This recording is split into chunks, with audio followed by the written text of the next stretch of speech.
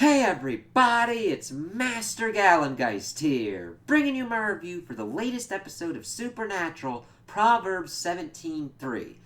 And I got so pissed off with this episode. And the thing was, we had the potential for it to be a nice kind of Monster of the Week episode. And halfway through, it went to shit.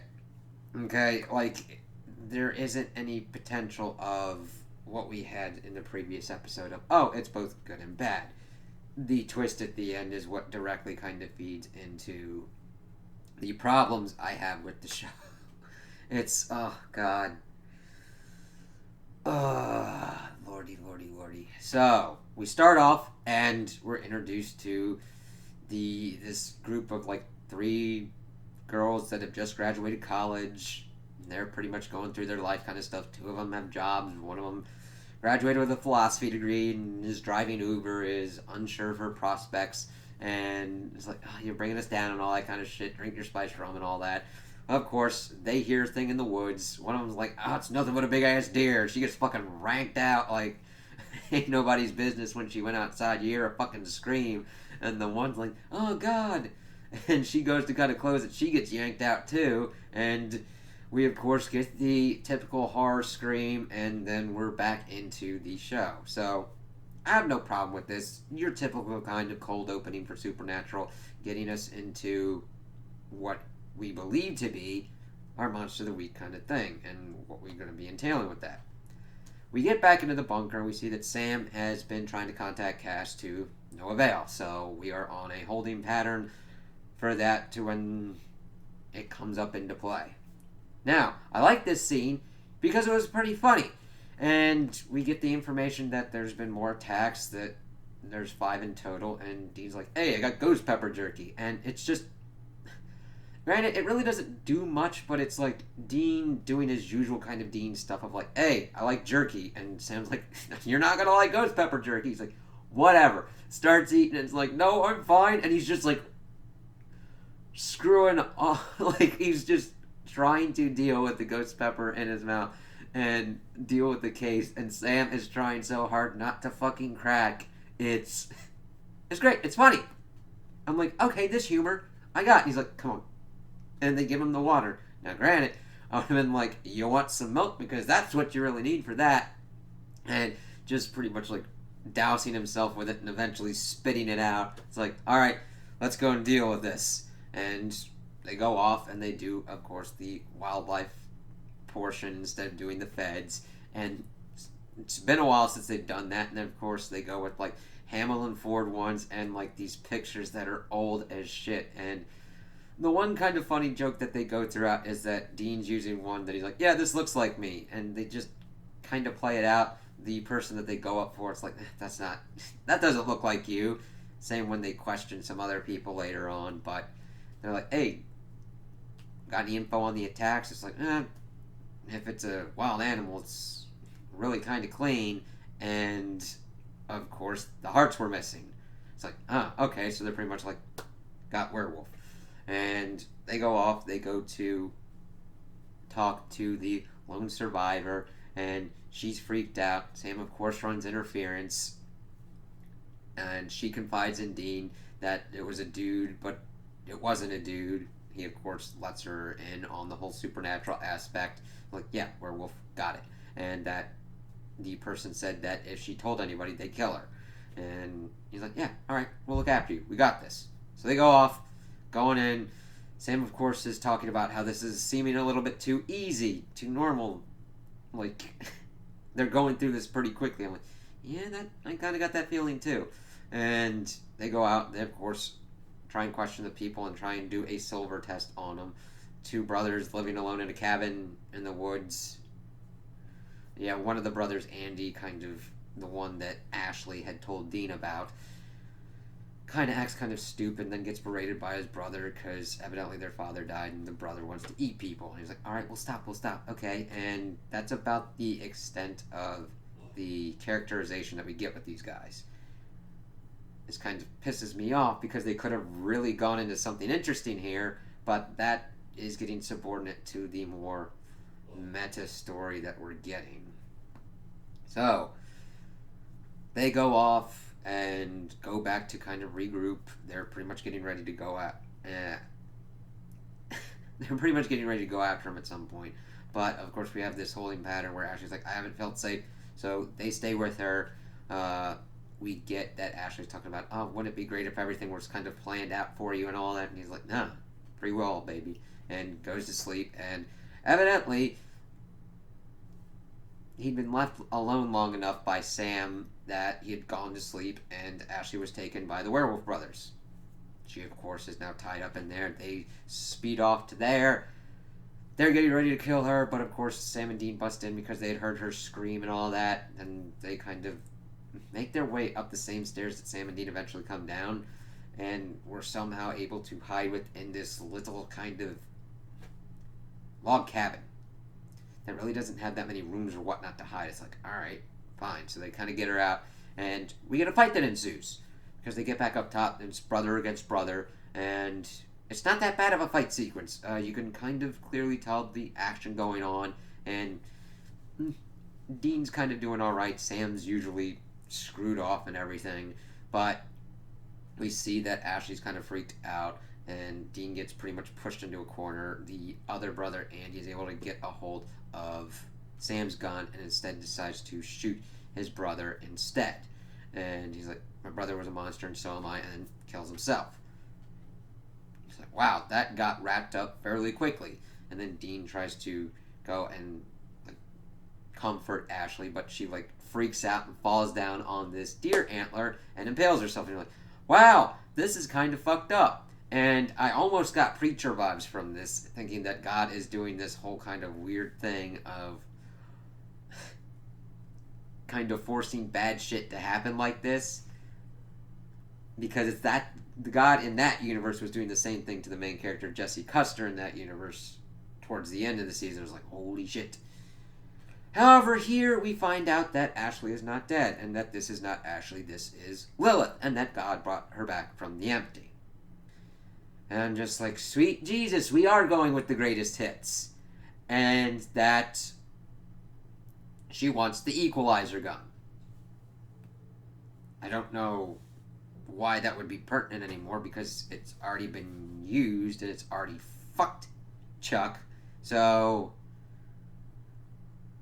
I guess it could have been, I guess it was more of a cleanup kind of act. I don't know. I mean, I understand, yeah, it could kill anything that you shoot at it, but I mean, did Sam have to like shoot him in the head or the heart to kill him? I don't know. We'll have to see how the lore shakes out with that. But she's like, "Give me this gun." We also had a point where Sam was able to come back in because he had went outside and had a devil's trap bullet and shot it in her head. And this did absolutely... Well, no. That was when they were at the hotel. Because Sam gets knocked out, and then Dean takes her to the hotel, and because he's pretty much trying to lead her away from Sam. And Sam then, of course, wakes up, gets into the truck, and they fly off. And he comes in, busts in, shoots her in the head with the devil's trap, and she's like, "Oh, whatever." And they're like, "That'll hold her for a little bit." She almost immediately ejects it from her head. I'm like, that was actually a pertinent kind of thing that was focused with, like, messing with Abaddon, and Lilith's able to just, like, immediately remove it. I understand that sometimes you have to work a story and work your rules in a different way to sometimes make certain things occur. When the plot demands that, like, rules get thrown out completely willy-nilly to facilitate itself, why even keep up with the rules and the characters at that point?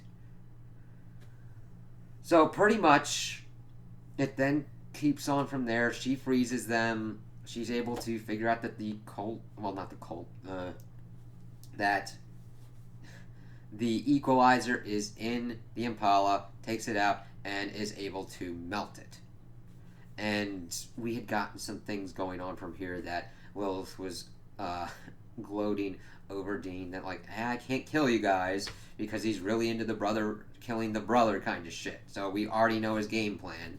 Sam has already known his game plan because we have seen throughout this episode he has seen one dream where he's pretty much like Lucifer Sam, where Dean shoots him in the head with the Colt, and it doesn't do anything. He regenerates his head and then sets Dean on fire. And then Sam also saw another vision where Dean goes Demon Dean and stabs him with the first blade. Oh, geez, that's the kind of stuff that we'd already done before. It's because we get to the end of the episode after this because the equalizer's now been melted down and she leaves them be because, God's got other plans, I guess. We'll have to see how that kind of works out. And if she was in the empty, wouldn't she have teamed up with the other people that were in the empty? Death, Jack, Lucifer.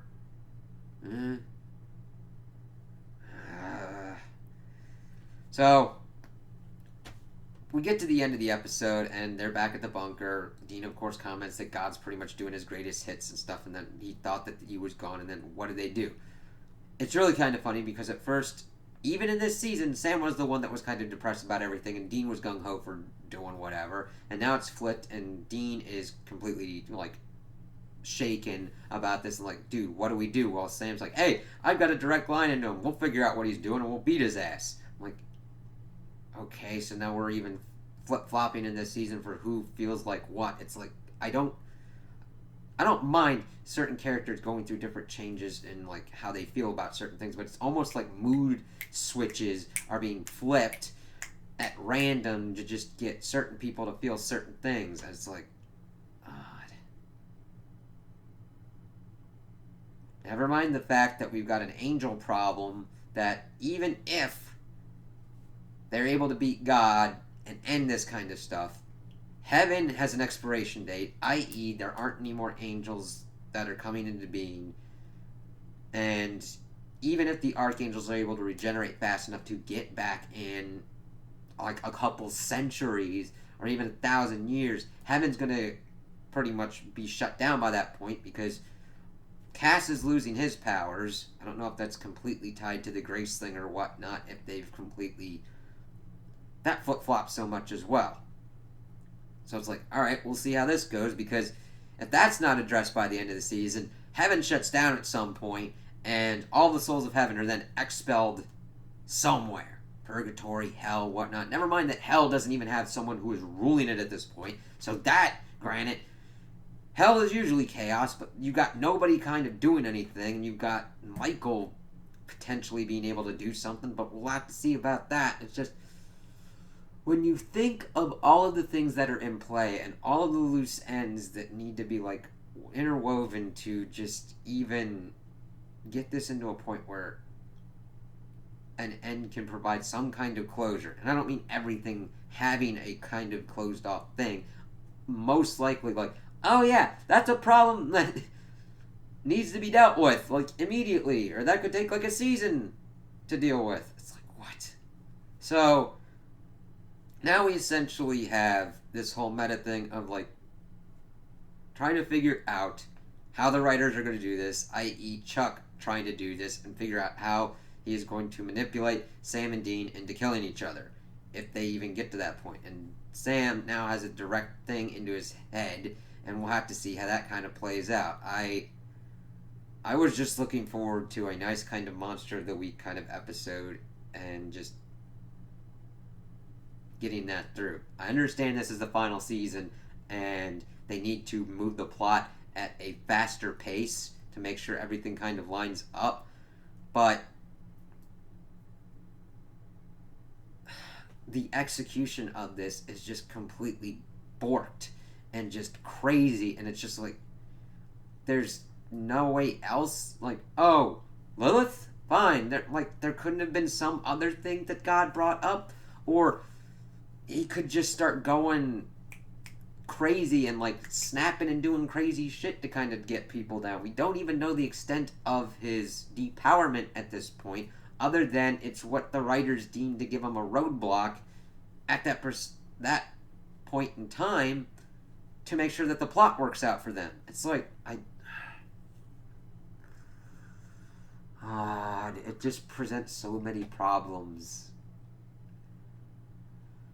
And we'll have to see how the whole Cass thing gets put into there and how that gets worked out. Because we could get to a point where Sam or Dean are. Because Billy has to be brought into this at some point, because we have been teased that death will reap God. So, however that's brought back into play, i.e., one of the brothers gets killed, they get jacked into the empty to work with the Dark Avengers dead people portion, where they're able to figure out a good counteroffensive against God, because Amara's going to have to be in there too, because, I mean, granted, it's built into her character. I mean, her whole thing was to kill Chuck for revenge. I doubt that she would pass up the chance to essentially kick him in the balls. I don't know. This is a strange season, and I don't mind certain things being brought back. But when you're essentially just doing the greatest hits from like yesteryear because reasons, it's not a way to send the show off. The show, the actors, the characters, the fans deserve better than that.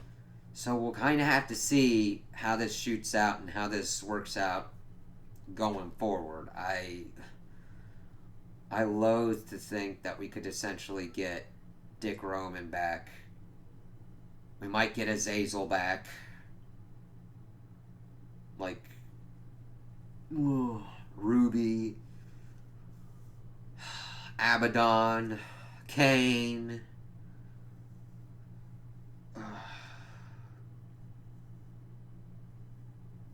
Just for reasons.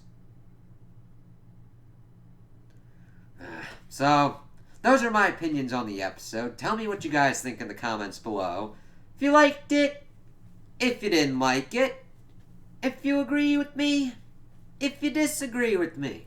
Also like and subscribe, and I hope you have a good day.